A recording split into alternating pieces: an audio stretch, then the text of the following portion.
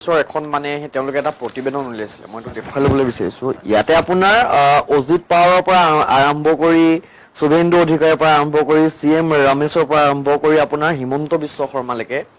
বিজেপিৰ ৱাশ্বিং মেচিনত ৱাছ হৈ যিকেইজনে আচলতে নিজৰ দুৰ্নীতিৰ দাগ নোহোৱা কৰিছে প্ৰত্যেককেইজনৰ নাম আচলতে ইয়াত দা ইণ্ডিয়ান এক্সপ্ৰেছৰ এটা ইনভেষ্টিগেশ্যনত আচলতে প্ৰকাশ পাইছে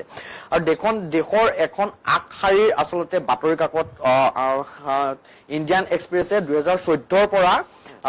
2023 লৈকে কিমানজন মানুহ আচলতে বিজেপিৰ ৱাশ্বিং মেচিনত সোমাই আচলতে তেওঁলোকে নিজৰ দুৰ্নীতি নোহোৱা কৰিছে তাৰ তথ্য প্ৰকাশ কৰিছে মই প্ৰথম ইণ্ডিয়ান এক্সপ্ৰেছৰ তথ্যটো দি ললো এটা কথা হ'ল যে ইডি CBI বা যিমানবিলাক আচলতে ইনভেষ্টিগেশ্যন এজেন্সি আছে বা আপোনাৰ যিমানসমূহ আচলতে ৰাষ্ট্ৰৰ সুৰক্ষাৰ দায়িত্বত থকা এজেন্সি আছে এই এজেন্সিসমূহ আচলতে ইণ্ডিপেণ্ডেণ্ট এজেন্সি বুলি আমি জানো কিন্তু আজিৰ ডেটত আচলতে ইডি CBI এই যিমানসমূহ ইনভেষ্টিগেশ্যন এজেন্সি আছে এই এজেন্সি বিলাক আজিৰ ডেটত আচলতে আজিৰ তাৰিখত তেওঁলোক ইণ্ডিপেণ্ডেণ্ট হৈ থকা নাই এটা আমি ক্লিয়াৰলি ক'ব পাৰো আজি চাব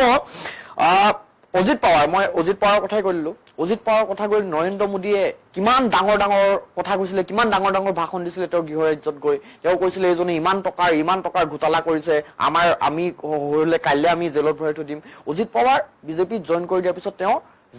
যিমান দুৰ্নীতিত জড়িত তেওঁ যিমান গোচৰ আছিলে নোহোৱা হৈ গ'ল আজি কোনোবা এজন মানুহ যিমানেই তেওঁ দুৰ্নীতি নাথাকক যিমানেই তেওঁ দুৰ্নীতি পৰায়ণ নহওক তেওঁ গৈ বিজেপিত জইন কৰি দিয়াৰ লগে লগে তেওঁ দুৰ্নীতি নোহোৱা হৈ যায় বিজেপি দলটোৱে কি বুলি কয় যে বিজেপি দলটোৱে হেনো বহ্নিমান ব্ৰহ্মপুত্ৰ তেওঁলোক হেনো গংগা আৰু সেই গংগাৰ পানীত তেওঁলোকে হেনো গা ধুই দিলে তেওঁলোক পবিত্ৰ হৈ যায় তেওঁলোকৰ গাৰ পৰা হেনো দুৰ্নীতিৰ দাগ নোহোৱা হৈ যায় এনেকুৱা তেওঁলোকে লজিক নোহোৱা কথা কৈ মানুহক আভুৱা মাৰিবলৈ বিচাৰে মানুহৰ মাজত আচলতে এটা তেওঁলোকে